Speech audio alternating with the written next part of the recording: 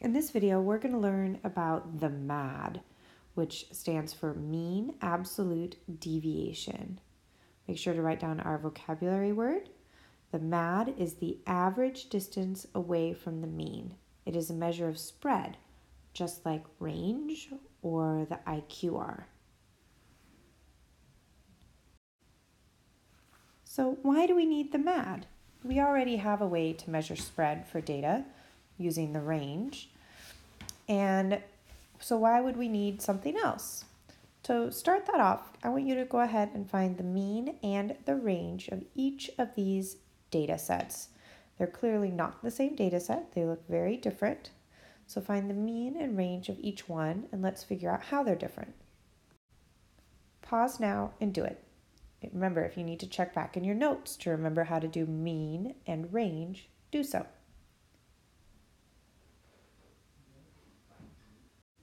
First step in finding the mean is to get the sum and then divide by the number of data points. So for the first set, the mean is 4.5.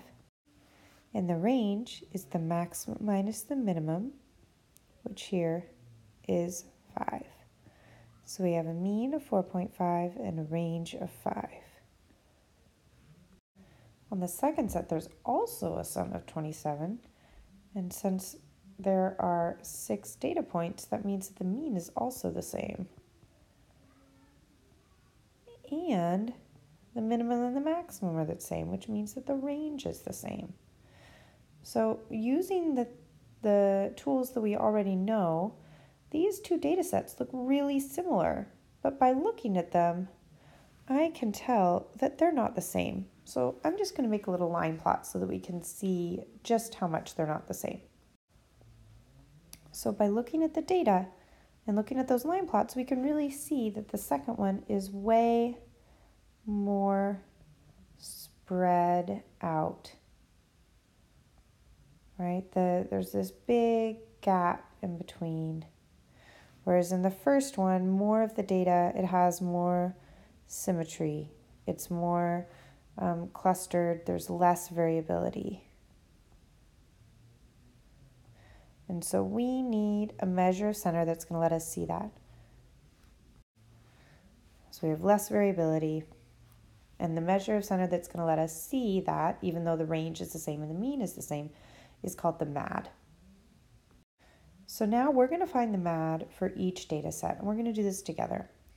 So the MAD takes the average distance away from the mean. So our first step is to put in, to find, where we know that our mean for both sets was 4.5. We'll do the first one first. So the data value 2, how far away is that from 4.5? Well, that's 2.5 away from 4.5. So when you have 2 and 4.5, that distance between them is 2.5. We're going to do this for the rest of the numbers. So 4 is 0.5 away. The other 4 is also 0.5 away. I'm just copying these numbers up here. 5 is also 0.5 away. How is that possible? Well, we're just looking at distance. We don't care whether it's bigger or smaller. We're just looking at distance. And then I just realized I didn't make my table big enough, so I'm going to have to squeeze these last ones in. So 5 is another 0.5, and then 7, that one is 2.5. So now I need to calculate that average distance away from the mean. So that means that I need to find the mean of these numbers right here.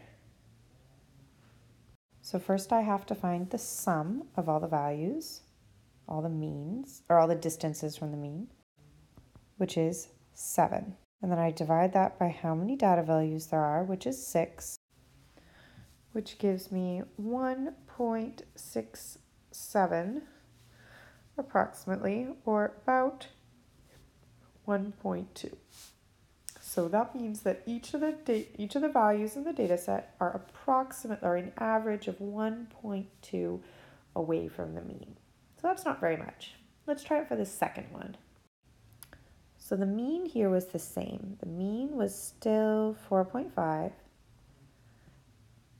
And so 2 is still 2.5 away from that. So each of these is going to be the same. But then, and 7 is also 2.5 away from the mean. I'm not going to cram an extra data value in here, so I'm just ignoring the lines there. Sorry about that being ugly. And so now I need to find the average of these numbers. And I don't even really have to do the math because I can see that they're all the same. So there's 6 2.5s, which gives me 15, and then 15 divided by 6 is obviously 2.5. So here my MAD is 2.5. So on the first one, my MAD was 1.2, which is much smaller than 2.5. And that's because this data is less variable and this data is more variable. All right, so for our practice problem, you need to find the MAD of this new data set. So I know this is a pretty complicated process, so I'm going to walk you through the steps before I let you do it. So your first step needs to be find the mean of the data set. Next, you're going to make a table, and I'll set that table up with you. It's going to have your original numbers on the top. Let's put those in now. 14, 7, 15, 15, 17, 17, and 20. And then in the bottom, you're going to put the distance from the mean. And you don't know what the mean is yet because you need to figure that out. Once you've completed your table, then step 3 is going to be find the mean of the distances. And that number is going to be your MAD. All right, good luck. We'll be working on this in class tomorrow.